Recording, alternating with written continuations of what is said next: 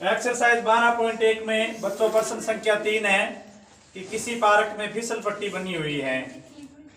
इसकी पार्श्वीय दीवारों पर एक दीवार पर किसी रंग से पेंट किया हुआ है और उस पर पार्क को हरा भरा रखिए, हरा भरा और साफ रखिए लिखा हुआ है। यदि दीवार की विमाएं 15 मीटर, 11 मीटर और 6 मीटर है तो रंग से रंगे हुए भाग का क्षेत्रफल ज्ञात कीजिए। ये बच्चों एक फिसल पट्टी है, इस पर लिखा हुआ है कि कीप द पार्क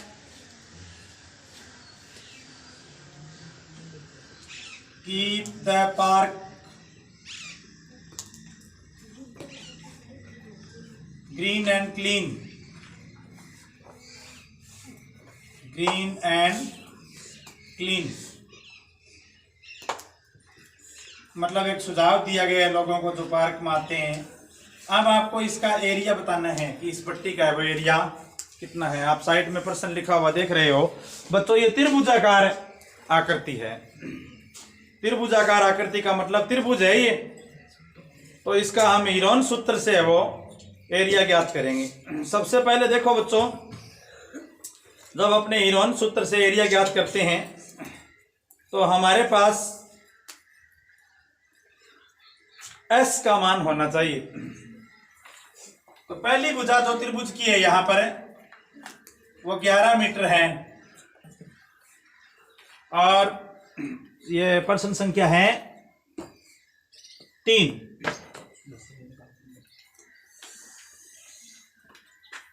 प्रश्न संख्या 3 11.1 का।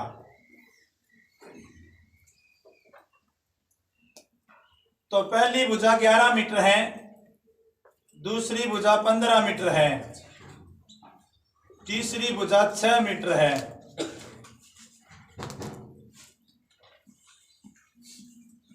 अब इसमें हम S ज्ञात करेंगे। S हीरोन सूत्र लगाते हैं बच्चों, तब पहले उसका अर्ध परिमाप ज्ञात करते हैं। देखो आप कहोगे सर हम S क्यों ज्ञात करें? S क्या है?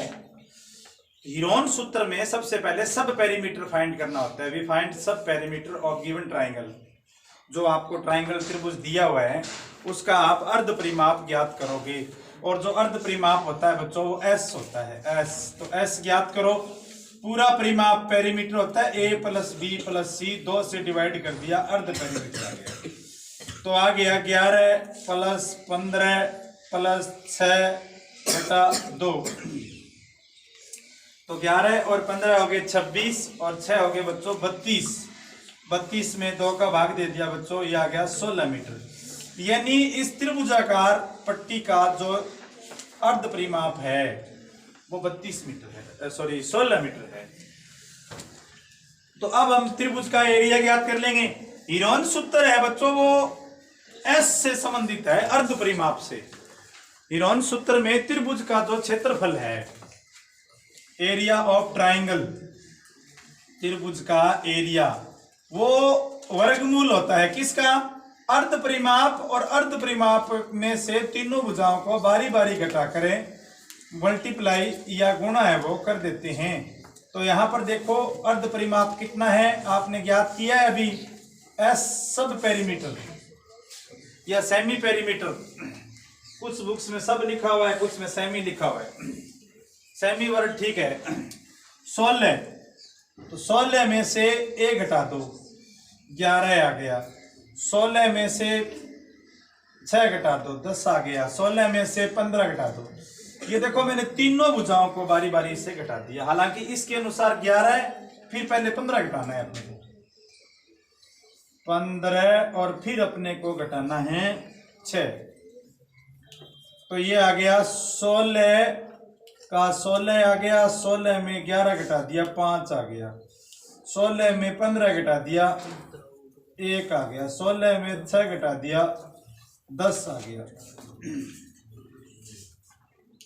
तो 16 का जो वर्गमूल है 2 दूआ 4 दूआ 8 दूआ 16 और 5 का 5 और 10 का वर्गमूल और ज्ञात कर लिया। 2 गुणा में 5। तो अब बच्चों अपने पास मैं इनको सामूहिक रूप से साथ साथ लिख दूं। 1 2 3 4 5, 2 5 बार है, 1 2 3 4 और 5 बार, और 5 है वो 2 बार है, 5 गुणा में 5,